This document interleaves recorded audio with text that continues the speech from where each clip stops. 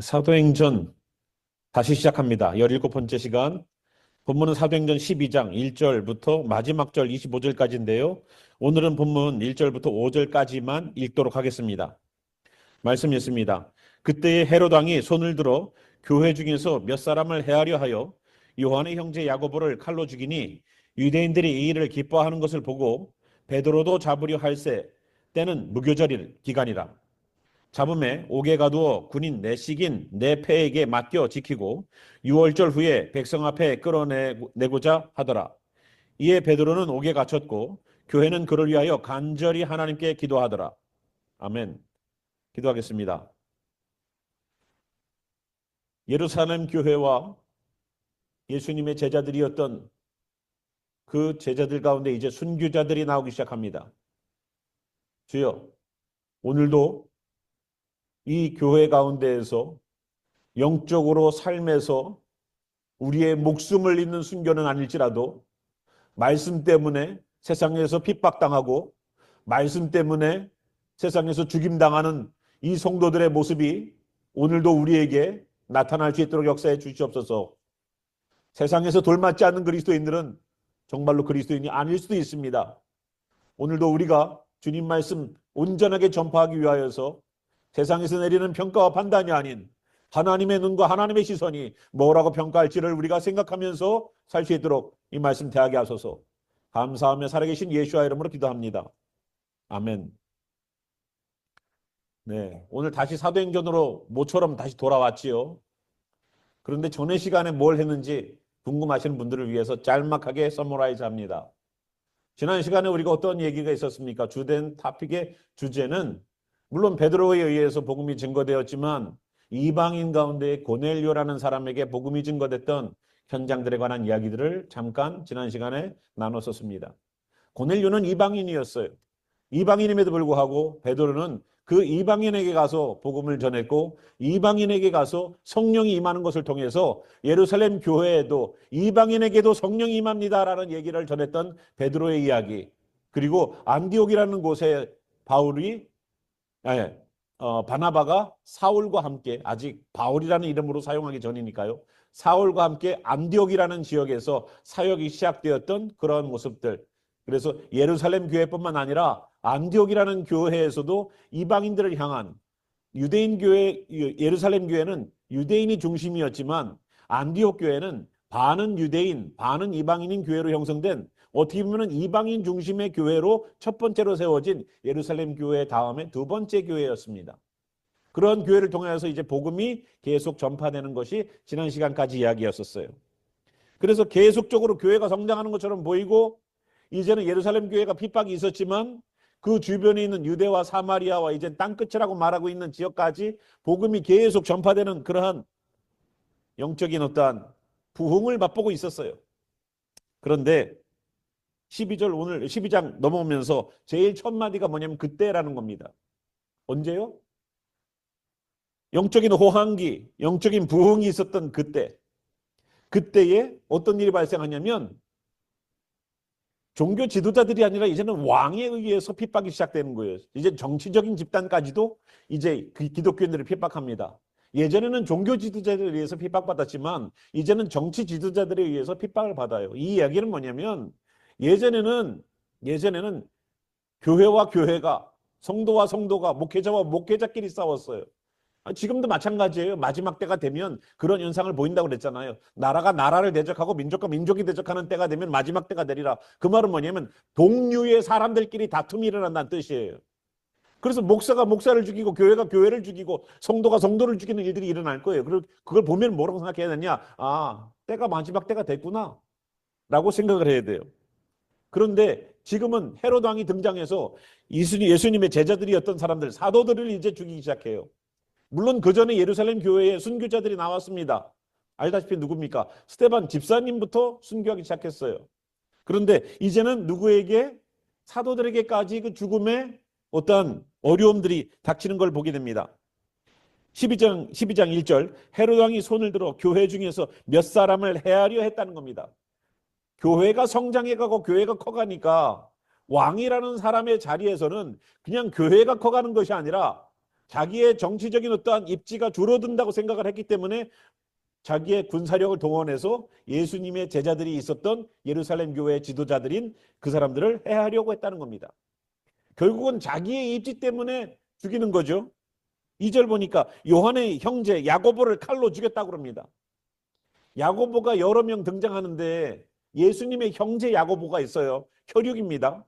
그런데 여기 있는 야고보는 요한의 형제 야고보예요. 그러니까 예수님의 제자 가운데에는 형제가 있었죠.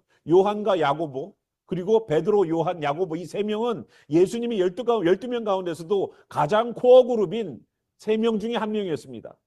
그래서 요한과 야고보는 자기의 어머니가 얼마나 예수님의 제자로서 자기의 두 아들이 예수님 12제자 가운데 들어가 있었는지 예수님이 예루살렘 성으로 입성하실 그때에 자기의 아들들을 데리고 예수님께서 예루살렘 성으로 입성하시면 내 하나들은 예수님의 좌편에 내 하나들은 예수님의 우편에서 있게 하여 주시옵소서라고 좌의정 우의정을 해달라고 하는 부탁까지 했던 치맛바람 있는 엄마를 둔 두 아들이었었어요.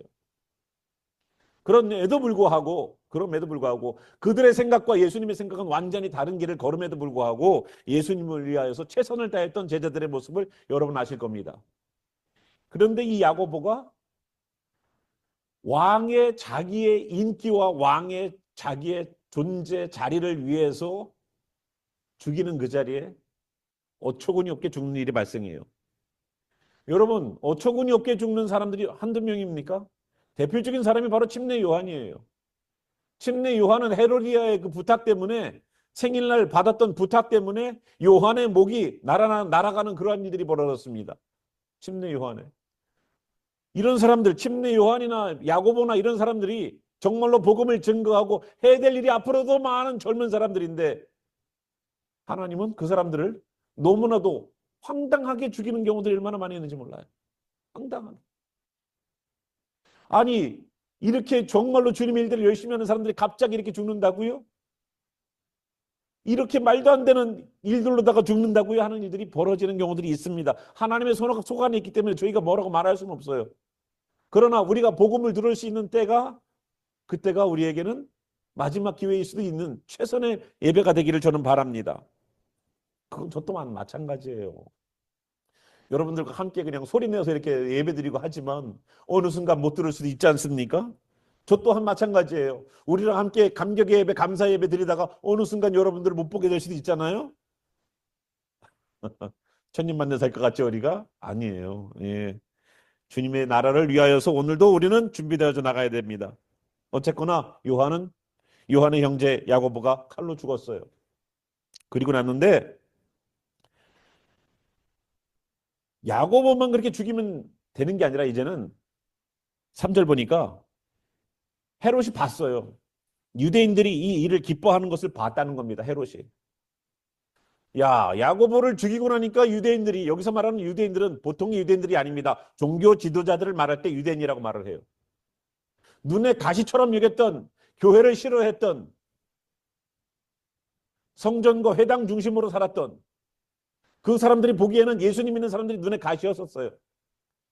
베드로가 나가서 능력을 발휘하고 베드로가 나가서 복음을 증거하면 3,000명, 5,000명씩 막 늘어나는 역사가 일어났었습니다. 그러니까 그 눈에 가시 아니겠어요? 근데 그 유대인들이 보니까 너무나도 그런 헤롯이 하는 일을 기뻐하는 걸 헤롯 또한 보고서 베드로도 잡으려 할세라고 말합니다.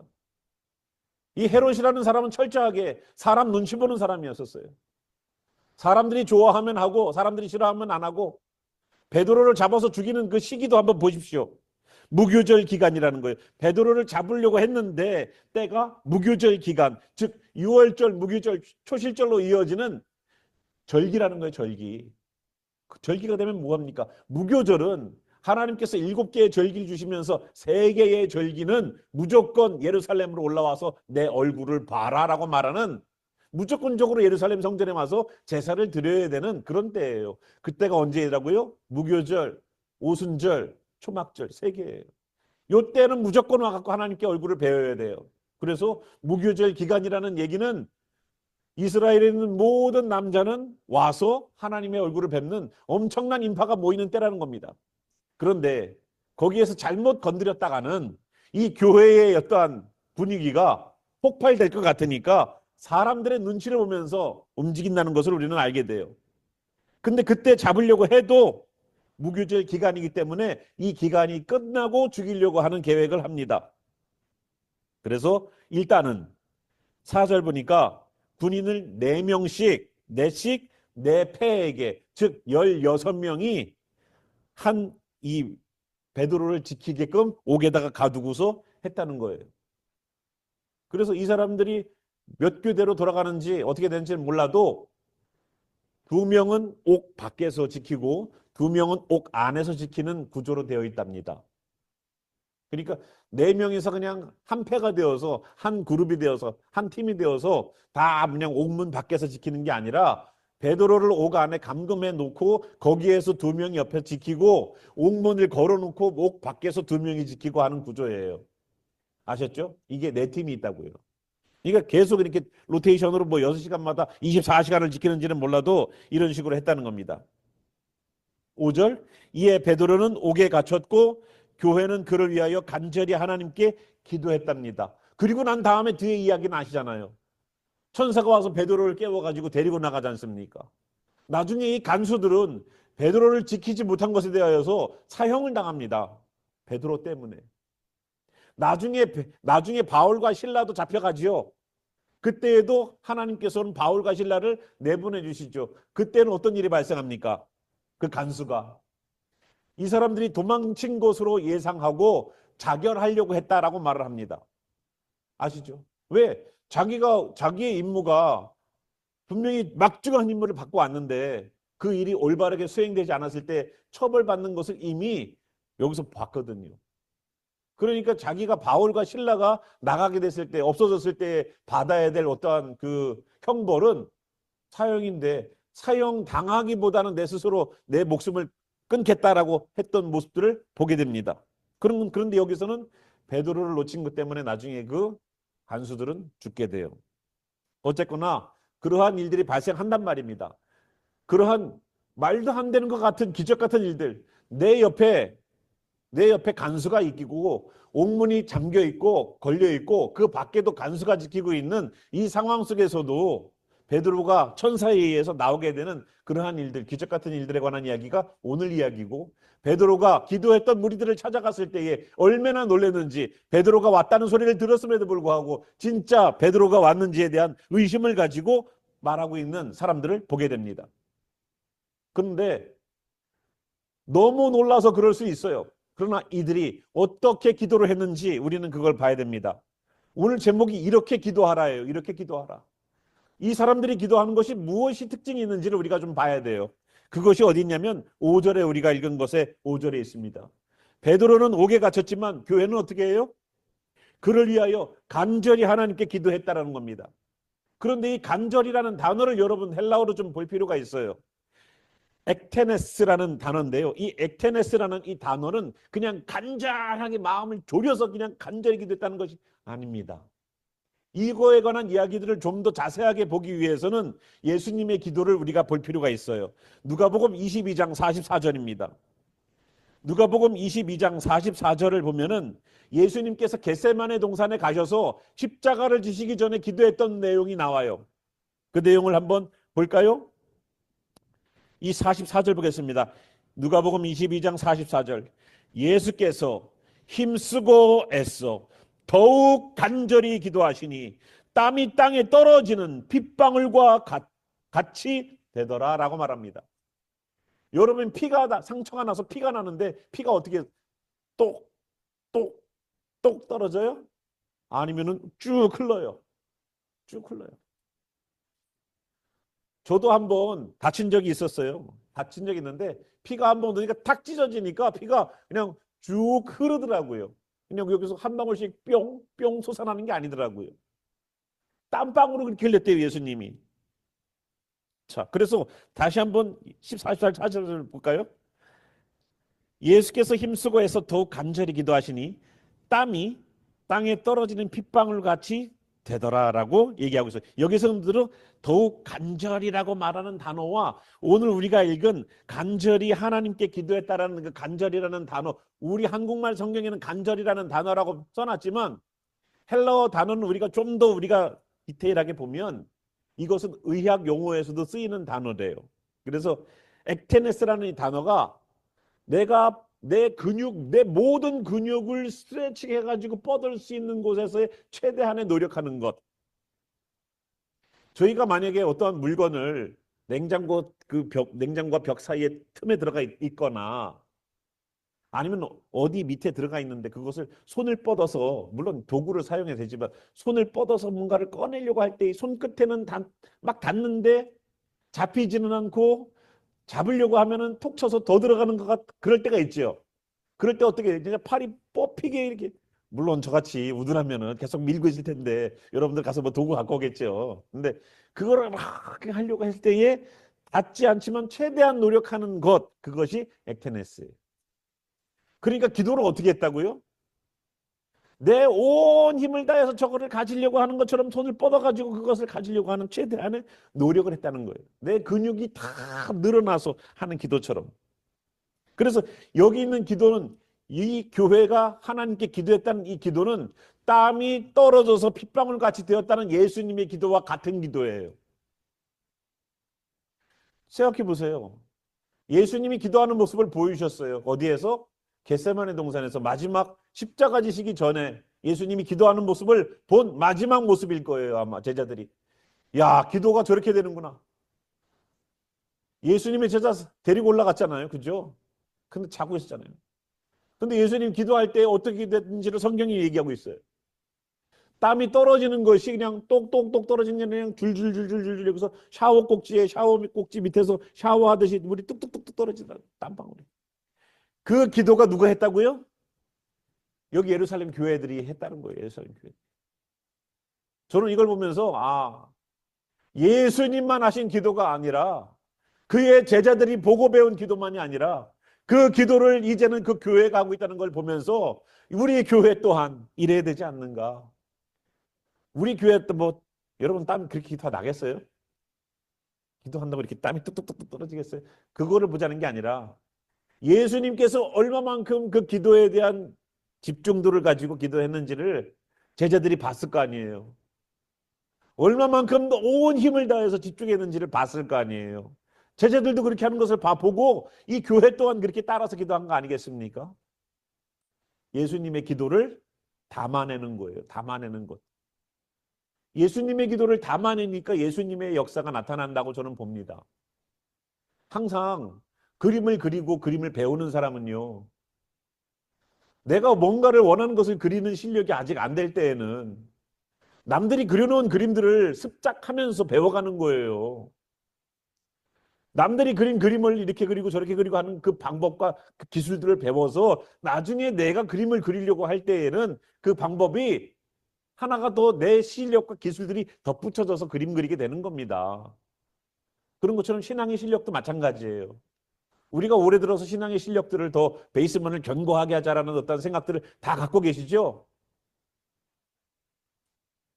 세 분 이게 계속, 참 우리 성도님들이 제가 엎드려 절 받는 거를 좋아하나? 예, 아니잖아요. 그죠? 신앙의 파운데이션을 견고하게 딱 깔려면 뭐부터 해야 된다? 그냥 단순하게 성경에서 나와 있는 것을 그냥 시도해 보는 거예요. 그냥 시도해 보는 거라. 거기에다가 내 기교를 넣을 것도 없고 내 방법을 넣을 것도 없어요. 그냥 성경에서 하는 그대로를 한번 가지고 와서 나에게서 실험해 보는 거예요. 되나 안 되나. 예수님께서 병든 자를 놓고 기도하실 때에 하셨던 그 문구를 가지고 와서 내가 아플 때에, 누군가가 아파서 기도해 달라고 할 때 그대로 사용해 보는 거예요. 저는 그래서 이 교회라는 곳은 복음의 실험실이라고 생각을 해요. 복음의 실험실. 주님께서 성경에 말씀하신 내용들을 그냥 내가 믿습니다 할 필요도 없어요. 그냥 주님께서 주신 말씀들을 내가 그냥 그대로 들고 와서 내가 그대로 사용하는 거예요. 나 또한 될까? 이런 믿음이 아니라, 이건 믿음이 아니죠. 갈까? 될까? 이것이 아니라 예수님도 하셨으니까 나도 될 거야 라는 마음으로 한번 시도해 보세요. 그래서 예수님께서 겟세마네 동산에서 하셨던 그 기도의 열망과 열정과 온 힘이 지금 예루살렘 교회에서도 그대로 열망과 기도로 나오고 있다는 모습을 여러분 보고서, 그랬더니 옥에 갇혀있던 베드로가 나오게 되는 일들이 벌어지더라는 거예요. 예수님도 십자가상에서 피 흘려서 우리의 죄를 다 도말하시고 우리의 막혀있던, 우리의 사단에게 얽매여 있던 그 죄의 사슬들을 끊어내는 역사들을 예수님이 보혈로 하셨지 않습니까? 그 전에 겟세마네 동산에 땀방울이 핏방울처럼 기도하는 그 기도가 있었잖아요. 우리 또한 이러한 기도가, 간절함과 간절함이 묻어나는 그 기도가 어떤 기도를 만들어낼까요? 옥에 갇혔던 사람들처럼 놓여지는 역사, 내가 들고 있는 문제, 사방팔방 우겨쌈을 당하는 내 문제 앞에서 해답을 얻는 그 기도의 방법이 되지 않는가 생각합니다. 아무리 우리의 말의 실력과 설득력의 실력으로 사람을 구원하지 못해요. 우리가 들고 있는 성경적 지식이 사람을 구원하는 자리, 이 자리에 와서 말씀을 듣고 예배드리는 자리로 만들지 못해요. 오직 간절한 기도와 간절한 기도를 통해서 하나님, 저 사람 마음속에 들어가 있는 그 사람을 올가매놓고 그 사람을 옥죄어 놓는 그 상황들을 깨워주시고 열어주시고 끌어내 주시옵소서라는 그 기도가 여기 있는 액테네스의 기도가 되길 바랍니다. 이 기도를 통하여서 우리의 기도가 더욱더 한 걸음 더 성장하는 그런 시간이 되길 바라요. 응답돼도 그만, 안 돼도 그만, 안 돼도 하나님 뜻이, 돼도 하나님 뜻이라고 대충 그냥 뭐 얼마나 쉬워요, 그죠? 기도가 응답 안 돼도 아예 하나님 뜻이야. 정말로 하나님 뜻일까요? 내 믿음이 부족해서 하나님 응답 안 하신 건 아니고요. 얼마나 쉬운지 아세요? 뭔가가 되는 것을 위해서 열심히 기도했는데 안 돼서 아 하나님 뜻이래? 얼마나 빠져나가기가 쉬운데요. 빠져나가기 쉬워요, 안 쉬워요?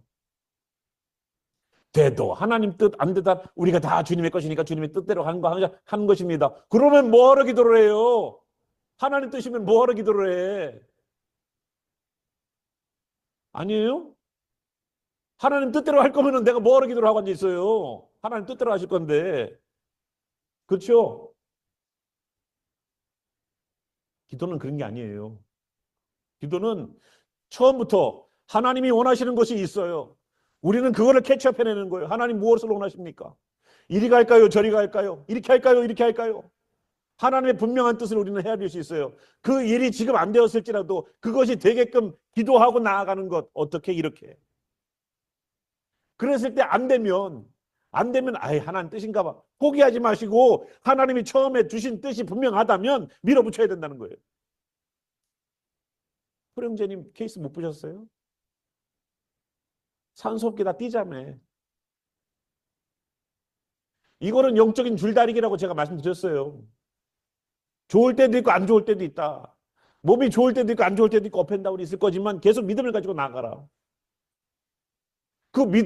옆에서 기도해 주시는 분이 믿음이 없으면 어떻게 그 사람이 살아납니까?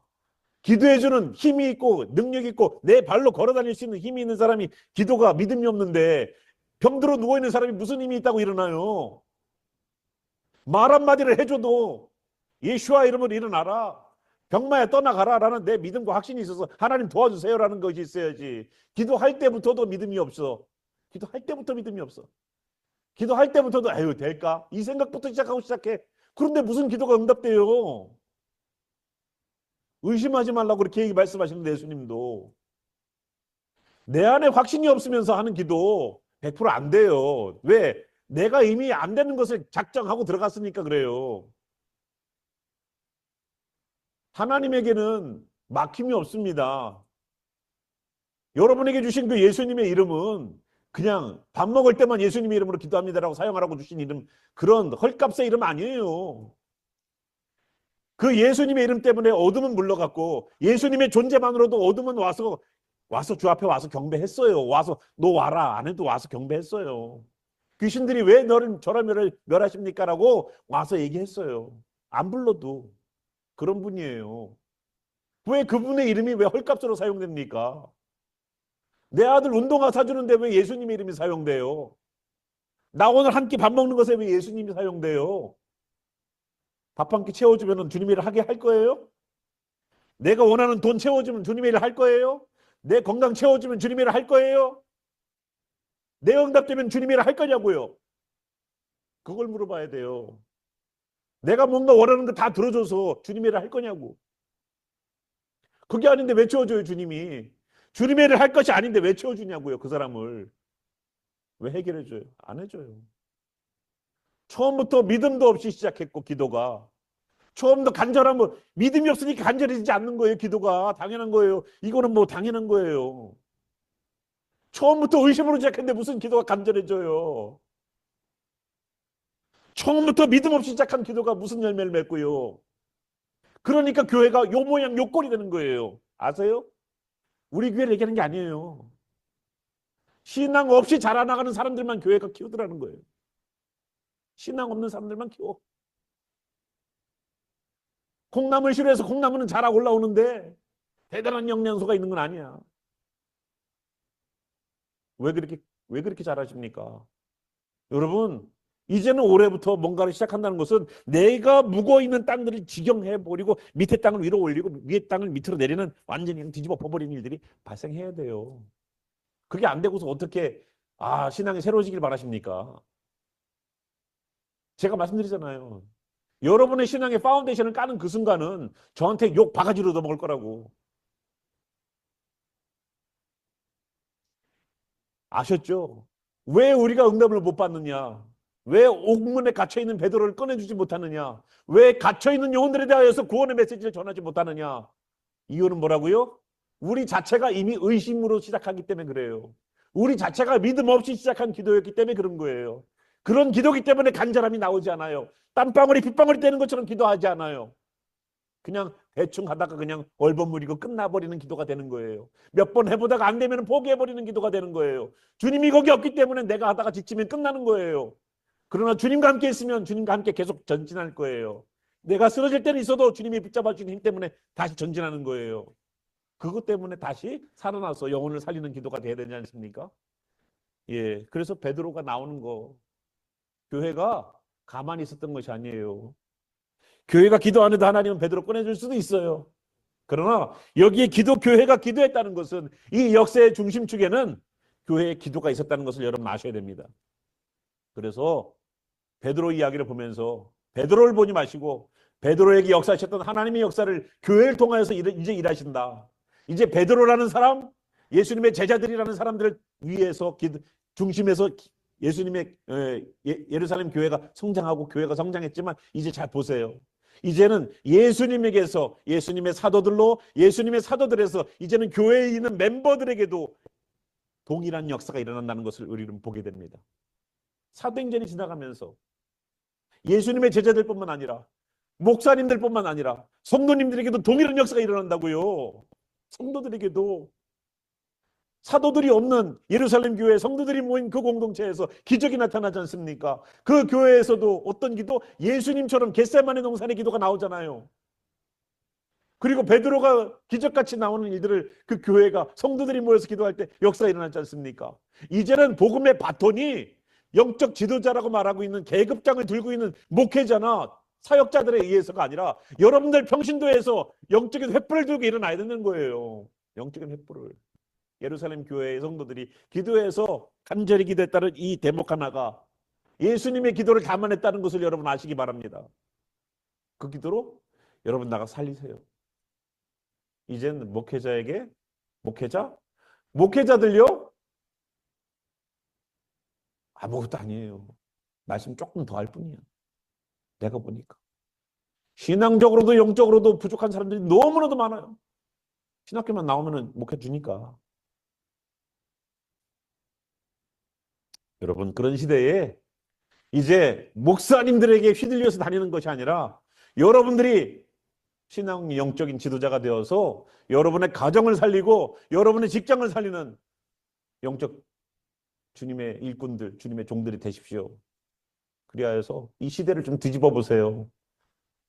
이 시대를 좀 뒤집어 보세요. 큰 교회 쫓아다니지 말고 목사님이 큰 교회 한다고 해서 그 말씀 다 아멘으로 화답하지 말고 귀하게 여러분들의 영적인 것을 점검해 가면서 베드로의 얘기를 좀 봤으면 좋겠습니다. 말씀을 여기서 마칠게요. 우리 함께 일어나셔서 잠시 우리 기도했으면 좋겠습니다. 우리의 기도 또한 예수님을 묻어내게 하여 주시옵소서. 우리의 부르짖음 또한 예수님의 그 간절함을 묻어낼 수 있도록 우리에게 믿음을 더하시고 우리에게 힘을 더하여 주시옵소서라고 함께 우리 기도하는 시간 갖도록 하겠습니다. 함께 우리 기도하겠습니다. 살아계신 주 하나님, 베드로는 옥에 갇혔고 교회는 간절히 기도했답니다. 주 하나님, 베드로가 옥에 나올 수 있었던 가장 근본적인 그 원인과 이유가 예루살렘 교회가 예수님의 기도를 담아냈던 것 아니겠습니까? 주여, 이 지역에 영적으로 갇혀있는 이들이 얼마나 많이 있습니까? 베드로를 옥에서 꺼내놓으셨듯이 여기 있는 수많은 영혼들의 그 영적인 암흑 가운데서 꺼내주시는 역사가 간절히 하나님께 기도했던 예루살렘 교회에 그 예수님의 겟세마네 기도처럼 그 예수님의 기도를 묻어냈던 예루살렘 교회의 기도처럼 우리의 기도가 여기 있는 영혼들을 살리는 그 방법이 될 겁니다. 주여, 우리 또한 의심이 아니라 믿음을 가지고 처음의 시작부터 간절하게 우리의 온 팔을 뻗어서 아버지 뭔가 하나 거두려고 했던 것처럼 최선을 다하여 기도하는 그 기도를 통하여 옥에 갇혔던 이들 끌어내는 귀한 사역 감당케 도와주시옵소서. 오늘도 주님 앞에서 간절히 끊임없이 몸부림치며 기도했던 그 기도 가운데 역사함이 있기를 소망하는 마음으로 나온 이 성도들에게 하나님의 함께 하심과 예수님이 기도로 보여주셨던 예수님의 그 보여주심과 성령님이 내주하시면서 우리 교회 또한 예수님의 기도를 담아내는 귀한 기도가 있는 현장으로 간절히 소망하며 살아가는 이들에게 영원히 함께 계시기를 살아계신 우리 구주 예수와 이름으로 축원하며 기도합니다. 아멘.